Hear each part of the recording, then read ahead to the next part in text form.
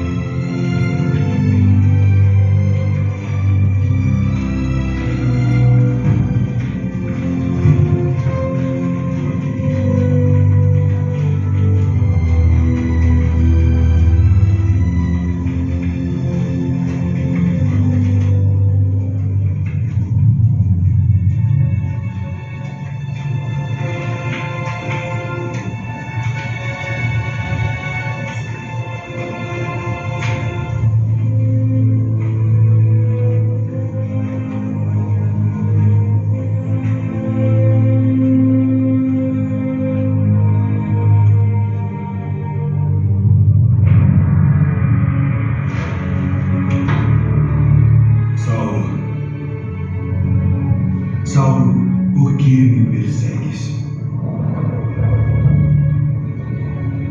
Quem é, Senhor? Eu sou Jesus, a quem tu persegues. Tu é para te recalcitrar contra os aguilhões. Senhor,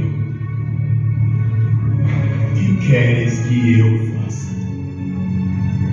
Levanta-te e entra na cidade, e lá te será dito o que te convém fazer.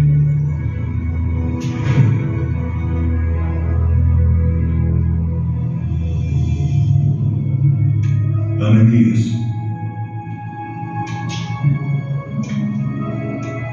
sim, eis-me aqui, Senhor. Levanta-te e vai à rua chamada Direita e pergunta em casa de Judas por um homem de Tarso chamado Saulo, pois eis que ele está orando. E numa visão ele viu que entrava um homem chamado Ananias e punha sobre ele a mão para que tornasse a ver. Senhor, de muitos tenho ouvido acerca deste homem. Quantos males tem feito aos teus santos em Jerusalém?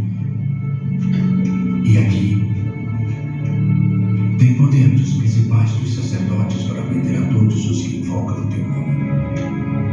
Vai, porque este é para mim um vaso escolhido, para levar o meu nome diante dos gentios e dos reis e dos filhos de Israel.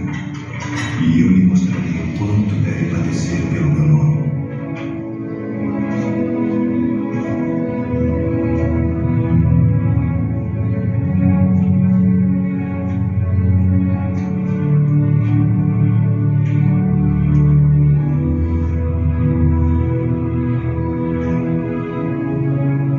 Irmão Saulo, o Senhor Jesus, que te apareceu no caminho por onde vinhas, me enviou para que tu tornes a ver e sejas cheio do Espírito Santo.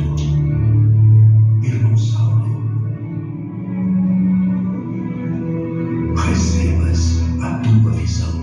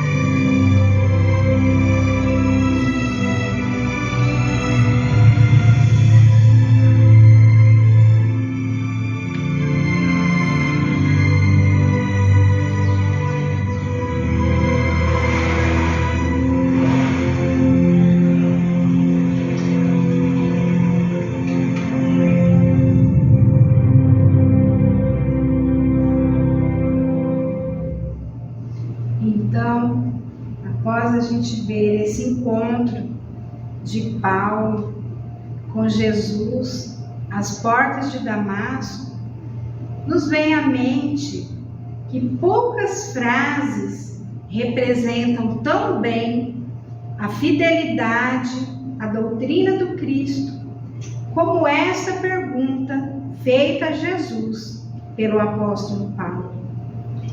Temos, no início do cristianismo nascente, exemplos fenomenais de amor e de dedicação à obra do Evangelho. Renúncias sem conta, molestações físicas, onde, em pleno suplício, em pleno momento de dor, almas corações repletos de amor elevavam seus cânticos à glória do Altíssimo.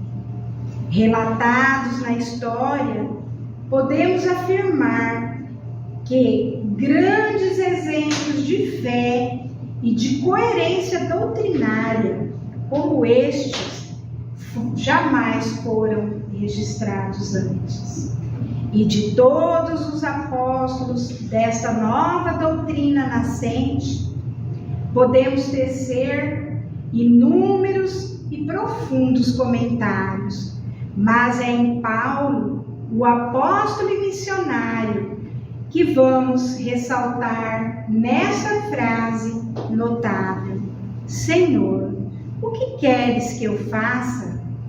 Para se ter uma ideia do teor dessa pergunta, do significado que ela traz, é preciso, em primeiro lugar, analisar a vida desse apóstolo. Estudioso e mestre em Israel, perseguidor obstinado e violento dos seguidores do Cristo, mas de uma fidelidade invejável ao Deus dos seus princípios. Ele não hesitou um segundo sequer em transformar a sua vida ao cair por terra nas portas de Damasco, reconhecendo ali naquele encontro a grandeza daquele a quem ele perseguia. Rende-se então naquele momento a verdade trazida por Jesus e faz essa célebre pergunta que transcendeu os tempos: Senhor, o que queres que eu faça? Portanto, a conversão de Paulo é um momento crucial na história da cristandade. A trajetória do perseguidor que se transformou em cristão é prova da força do Evangelho em nossos corações. A partir desse encontro com Jesus, toda a sua vida muda e a vontade do Cristo é a mesma que a sua. Segundo as suas palavras, não é mais ele que vive, mas sim o Cristo que nele habita. E então, nos vêm alguns questionamentos. Você, algum dia decidiu mudar a sua vida e se transformou de fato? Com essa decisão, você compreendeu o verdadeiro significado do amar a Deus sobre todas as coisas e ao próximo como a si mesmo, ensinado por Jesus, e passou a praticar, a vivenciar esse mandamento? A transformação moral de uma pessoa, baseada na prática desse ensino de Jesus, não depende da religião que ela professe, porque não são os rótulos da terra que salvam, mas a transformação íntima, a transformação moral, que salva qualquer criatura das sombras do mal e a conduz ao caminho reto da perfeição espiritual. Tal transformação moral é chamada de estrada de Damasco. Cumpre-nos, portanto, da mesma forma que Paulo, tentar interiorizar o Cristo em nós, levando conosco o seu Evangelho e exemplificando estes ensinamentos trazidos por Jesus, não só através das nossas palavras, mas principalmente através das nossas atitudes e da nossa exemplificação. Paulo de Tarso, o maior bandeirante do Evangelho, nos dias atuais, presença constante de ensinamentos. Ele que reduziu a uma perfeita unidade o dualismo entre a fé e a vida, ao ponto de exclamar nesta máxima: minha vida é Cristo, já não vivo eu, Cristo é que vive em mim. Então, esta máxima de Paulo define muito bem o clima de transformação que todos nós aspiramos. Quantos de nós podemos, como Paulo, estar preparados para viver os ensinamentos da Boa Nova à luz do Espiritismo de uma forma total e absorvente?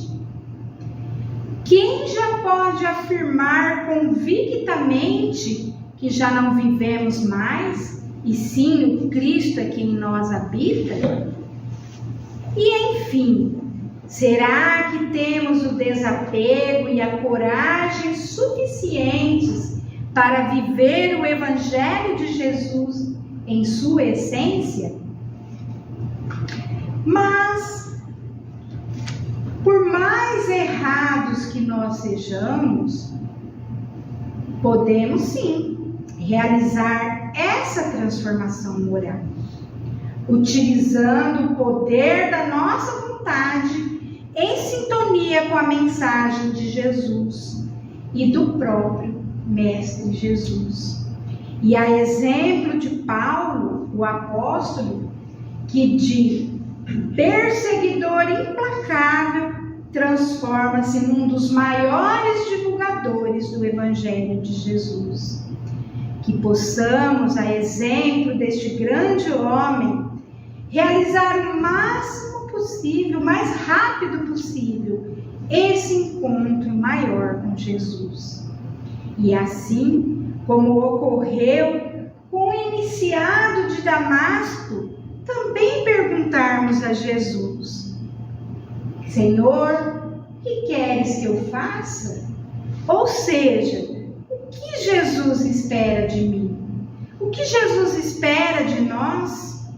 Ele espera que nós sejamos os agentes da transformação, através das sementes da paz, do amor, do perdão, da fé, da verdade e da alegria que devemos lançar por onde nós passarmos.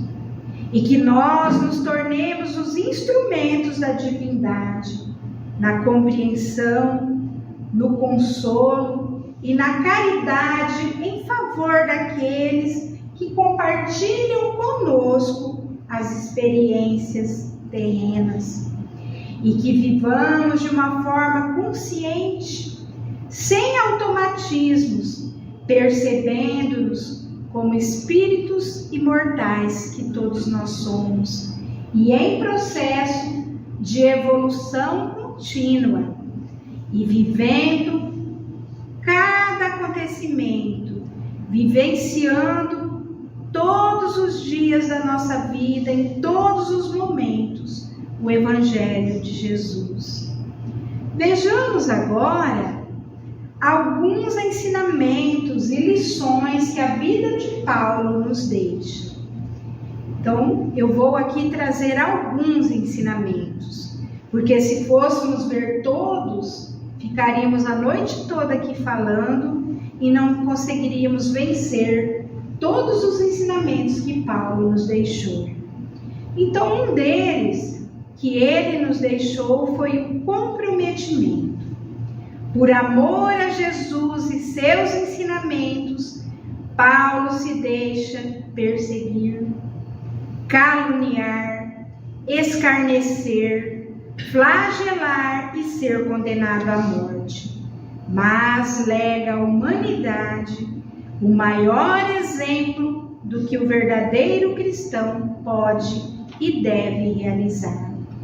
Então, a vida de Paulo, após a sua conversão, aos ensinamentos do Cristo foi toda voltada, foi em prol da evangelização da humanidade, da evangelização do mundo, ensinando-nos o caminho da libertação do homem das suas imperfeições. Então, a sua vida foi um exemplo de como deve proceder o verdadeiro cristão, de tudo aquilo que ele pode e deve realizar. Um outro ensinamento que a vida dele nos deixa é a persistência. Quando ele nos diz: não desanimemos de fazer o bem, pois a seu tempo ceifaremos, se não desfalecermos. Então, esta fala de Paulo encontra-se em Gálatas, no capítulo 6, versículo 9. Então, o que ele quer dizer com essa máxima? Que nós nunca devemos nos cansar de fazer o bem, nunca desistir da prática da vivência do bem. Que aquele que vive o bem, ele vai colher os frutos abençoados do seu trabalho. E isso nos faz lembrar de Emmanuel, quando ele nos diz que a perseverança é a base da vitória. E é da mesma mensagem que nós emprestaremos algumas citações.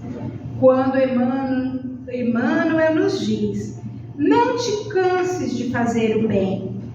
Quem hoje não te compreende a boa vontade, amanhã te louvará o devotamento e o esforço. Jamais te desesperes e auxilia sempre. Não ouvides que ceifarás mais tarde em tua lavoura de amor e de luz, mas só alcançarás esta divina colheita se caminhares para diante, entre o esforço e a confiança, sem nunca desfaleceres. Então, viver o bem, espalhar o bem pelo mundo, sem cansar, sem esmorecer, é o que Emmanuel nos aconselha aqui.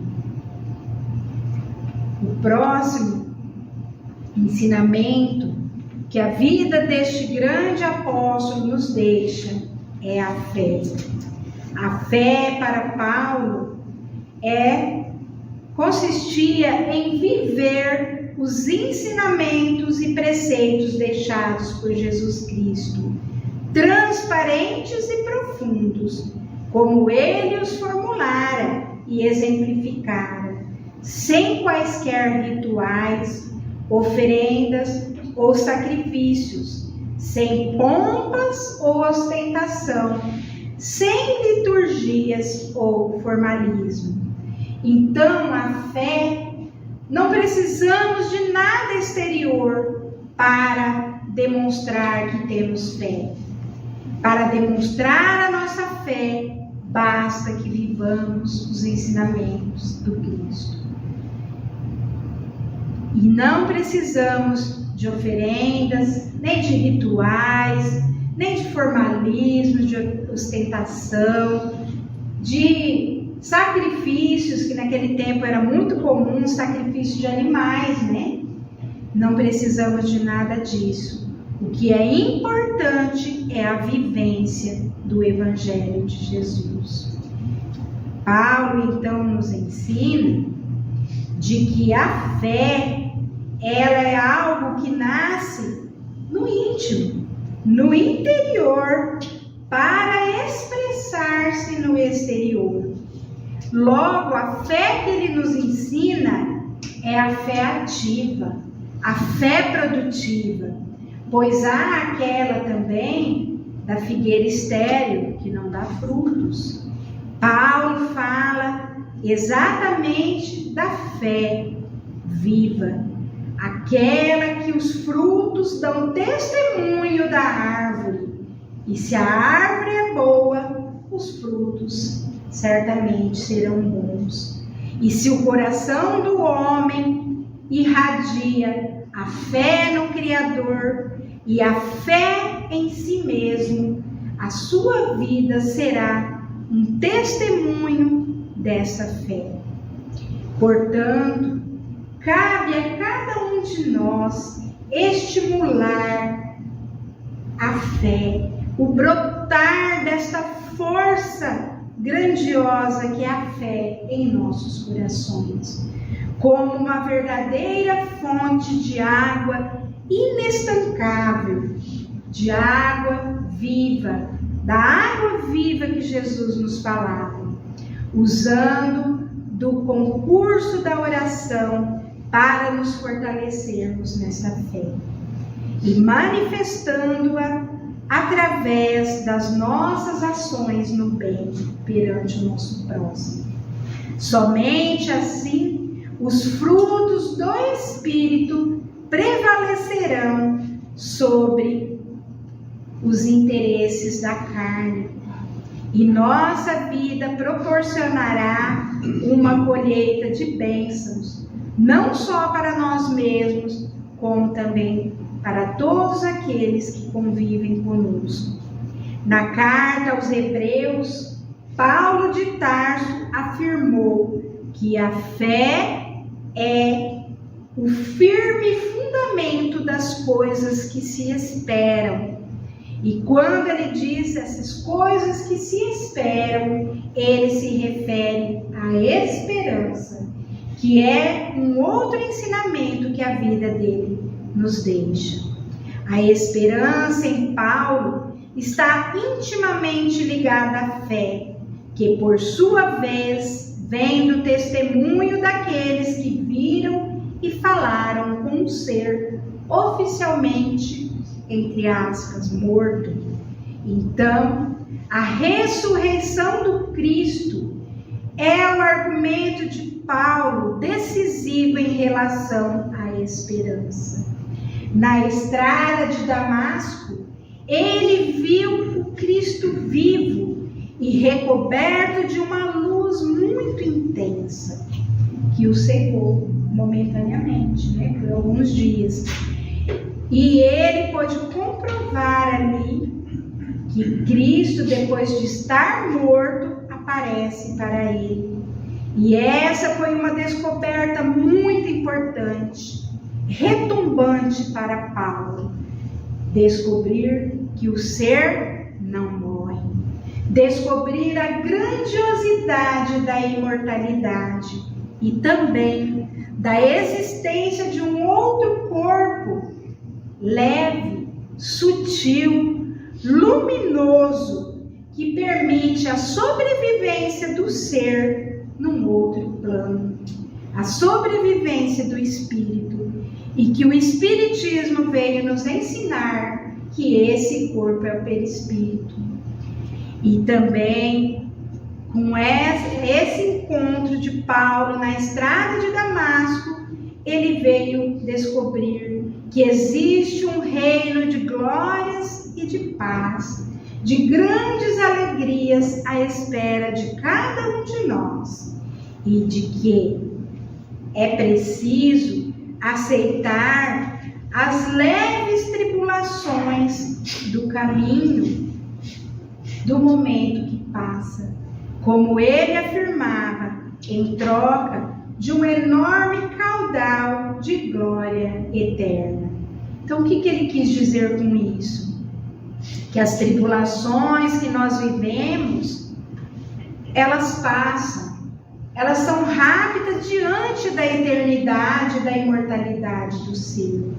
E quando nós passamos por essas dificuldades, por essas vicissitudes, com paciência, com resignação, cumprindo com a missão que cabe a cada um de nós, nós seremos abençoados e teremos realizado o que compete a cada um de nós. Esperança, como o próprio nome diz, é esperar. Contudo, essa espera não é como nós imaginamos.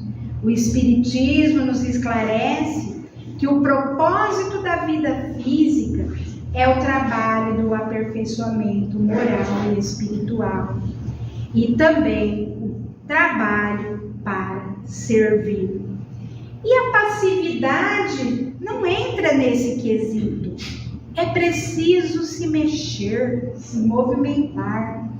A certeza de atingir um objetivo, a confiança no cumprimento de uma coisa está no trabalho que produzirá o efeito desejado. A fé raciocinada, aliada com a compreensão das leis naturais ou leis divinas, é que traz o fundamento das coisas que se esperam. Somos todos nós dotados da força necessária para fazermos da nossa vida física que ela tenha êxito e sucesso, que os propósitos que nós mesmos traçamos antes de nascermos, de reencarnarmos, eles sejam atingidos. E a oportunidade de fazer esses objetivos e esses propósitos acontecerem está em nossas mãos, desde que nós não cruzemos os braços. Ter esperança não significa ficar parado e esperar que tudo caia do céu, esperar que tudo a espiritualidade venha resolver para nós. Esperar por algo só se for fazendo o que deve ser feito, fazendo a nossa parte. A próxima lição e ensinamento que Paulo nos deixa é a caridade. Paulo compreendeu tão profundamente esta verdade que diz: se eu falar a língua dos anjos, se tiver o dom da profecia e penetrar todos os mistérios, se tiver toda a fé possível a ponto de transportar montanhas, mas não tiver caridade, nada sou. Então, Paulo coloca aí a caridade acima da própria fé, porque a caridade, ela está ao alcance de todos, do sábio e do ignorante, do pobre e do rico, e porque ela independe de toda crença particular. E ele faz mais, ele define a verdadeira caridade, mostra essa caridade não somente na beneficência. O que é a beneficência?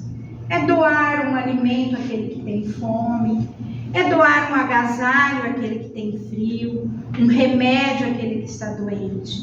Ele amplia o sentido da caridade e mostra que a caridade está no conjunto de todas as virtudes do coração, todas as qualidades que nós podemos desenvolver, as potencialidades da nossa alma, e também na bondade e na benevolência com o próximo. Portanto, há caridade em pensamentos, palavras e ações. Ser caridoso em pensamentos é ser indulgente com as faltas do próximo. Ser caridoso em palavras é jamais dizer algo que possa prejudicar o nosso próximo. E ser caridoso em ações é assistir o nosso próximo na medida das nossas forças. O próximo ensinamento que a vida deste grande apóstolo nos deixa é o valor da amizade. Paulo não priorizava o isolamento. Ele era um homem essencialmente social. É claro que ele teve nos primeiros anos após o encontro com Jesus de se isolar no deserto para que ele pudesse se preparar para a grande missão que lhe cabia, que era estudar o Evangelho para depois sair pelo mundo afora, divulgando. Então ele se preparou, mas nem por ele estar lá isolado em estudo, que ele deixou de conviver com as pessoas. E ele possuía uma habilidade muito grande de conquistar, de manter a amizade das pessoas. E com os amigos, com todos aqueles que livremente ele interagia. E seu amor por essas pessoas era verdadeiro e profundo. Próximo ensinamento que ele nos deixa é a liderança. O líder deve trabalhar a sua iluminação interior, desenvolvendo a reforma íntima com base nos ensinos de Jesus e refletir a sua luz interior através de suas ações e de suas palavras. Paulo era um líder nato, mas após a conversão aos ensinamentos de Jesus, ele transforma-se no verdadeiro líder. O verdadeiro líder é aquele que, por suas atitudes e por seu modo de ser, inspira os demais a se modificarem, a desenvolverem em si a vontade de adquirir as mesmas qualidades que o outro possui. O exemplo contagia, arrasta, estimula as pessoas a agirem da mesma forma que o outro age.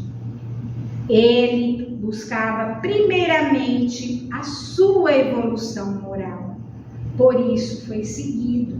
Então ele fez o que está ali, falando do líder, ele buscou ele em primeiro lugar a sua iluminação, desenvolver essas qualidades do coração, e porque ele deu o exemplo, ele arrastou os demais a seguirem o que ele fazia, assim como fez nosso querido Mestre Jesus. Coragem, eis outro grande ensinamento que Paulo nos deixa. Ele demonstrou ter a coragem de viver suas crenças e ideais em todos os instantes de sua vida. Naquela época, era muito difícil assumir-se como cristão. Vocês todos sabem que os cristãos eram perseguidos, eram açoitados, eram presos, eram atirados aos leões nas arenas para divertir o povo, eram ateados, amarrados a postes do suplício e queimados vivos. Então não era fácil admitir-se cristão. Mas Paulo demonstrou a sua coragem e sair pelo mundo afora pregando o Evangelho de Jesus. Ele enfrentou com destemor todas as consequências advindas da sua coragem.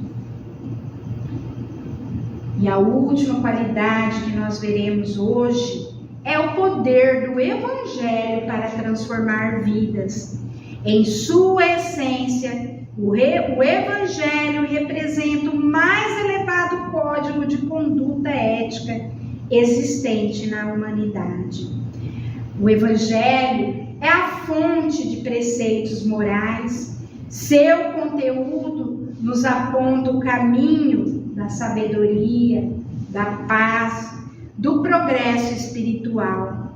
Norteando nossa vida pelo Evangelho, nós nos transformaremos intimamente e conseguiremos transformar a Terra num local de paz e da vivência do amor que Jesus nos ensinou.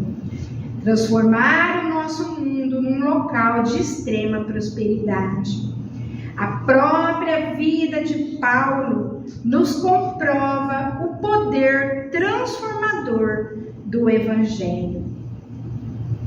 E então, meus irmãos, nós vamos chegando às nossas considerações finais com alguns questionamentos.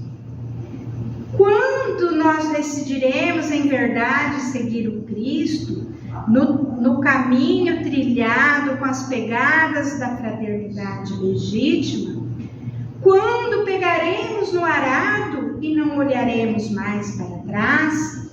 Portanto, caros irmãos, é necessário, a exemplo de Paulo, buscarmos primordialmente essa transformação moral, essa transformação íntima, esforçando-nos o máximo possível para dominar em nós as nossas más tendências e inclinações e caminhar serenamente com o amoroso Rabi, que há tanto tempo nos aguarda e nos espera.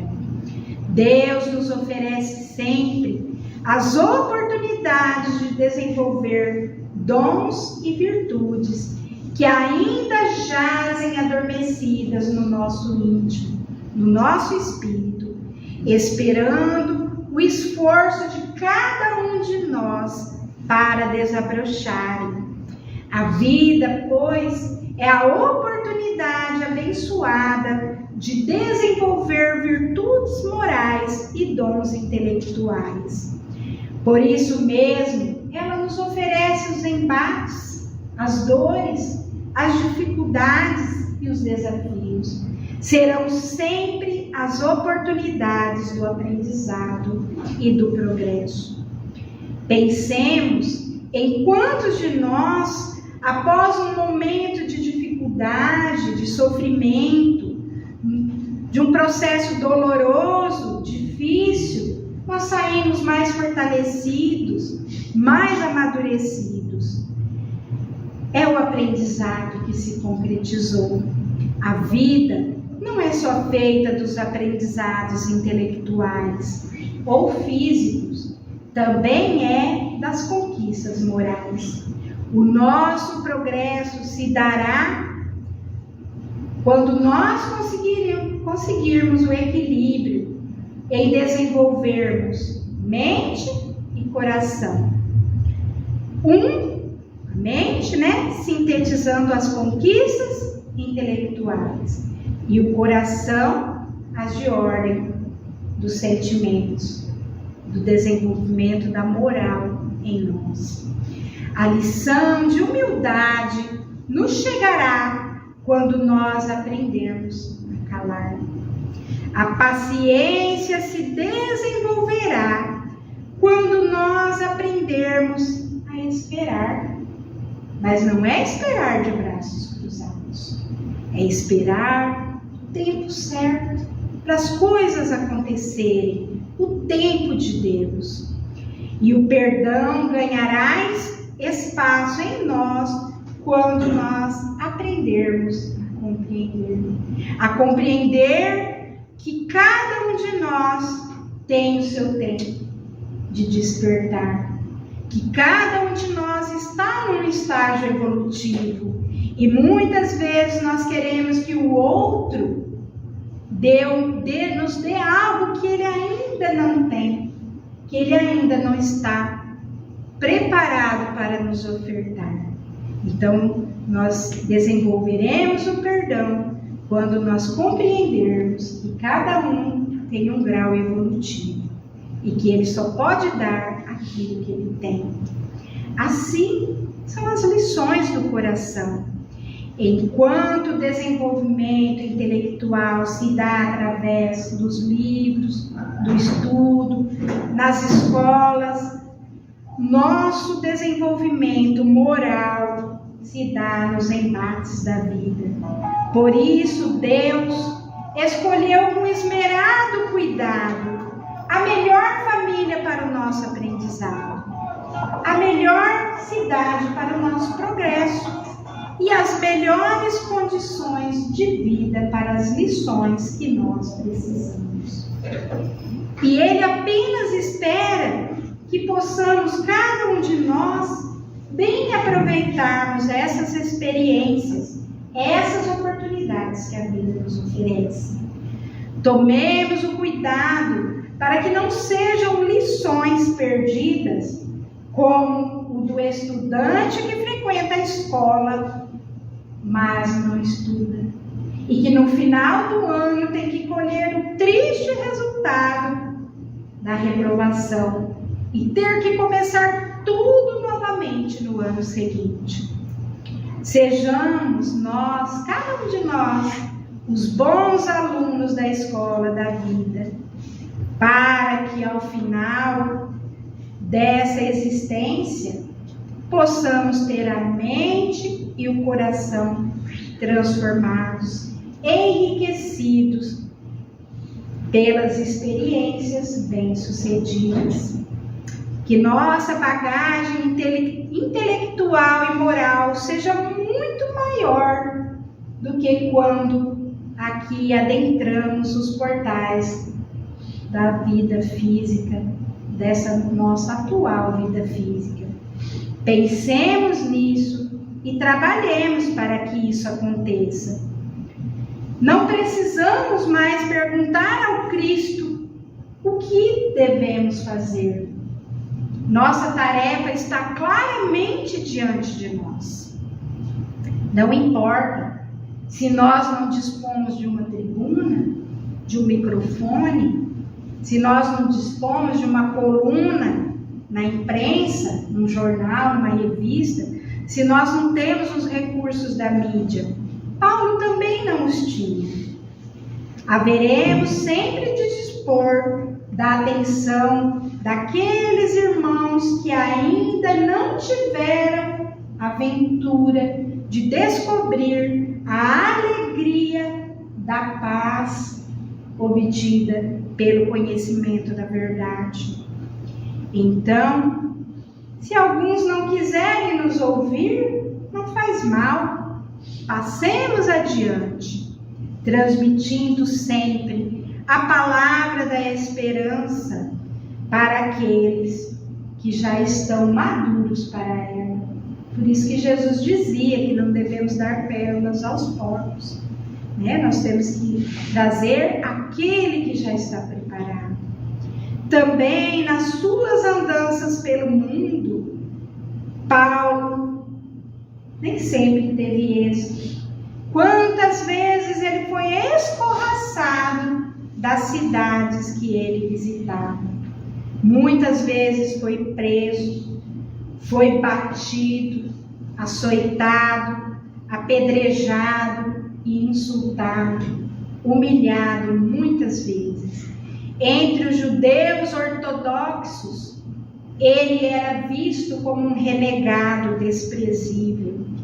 Entre os cristãos da primeira hora, muitos achavam que ele era um grande e audacioso sonhador, que na tarefa de levar a boa nova aos povos, levou o Evangelho de Jesus até os gentios. Por tudo isso, meus irmãos, a lição de Paulo continua válida até os dias de hoje e a nos servir de exemplo, de roteiro, a ser seguido por todos nós, principalmente por nós espíritas, que somos os novos portadores da mensagem viva do Cristo. Pensemos nisso e coloquemos o nosso amor em ação, tão bem como nos ensinou e exemplificou o apóstolo Paulo. E para encerrar, uma música, que essa música é uma homenagem a Paulo.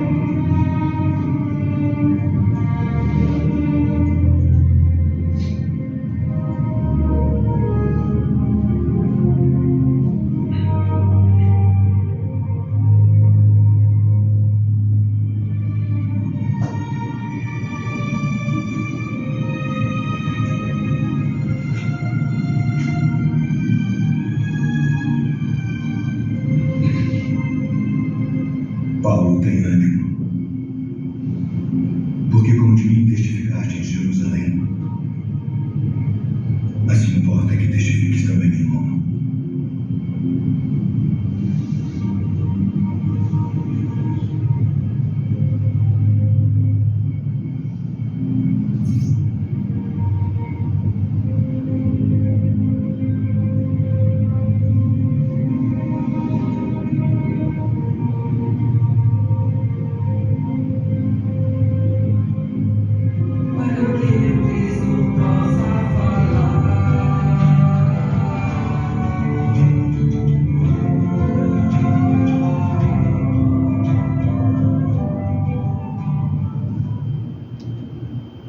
Então essa era a mensagem que eu tinha para vocês, e que nós nunca nos esqueçamos que Jesus está sempre conosco, de braços abertos a esperar por cada um de nós.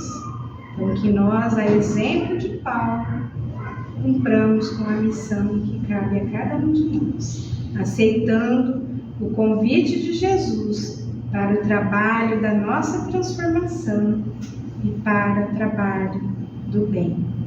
Que Jesus nos abençoe.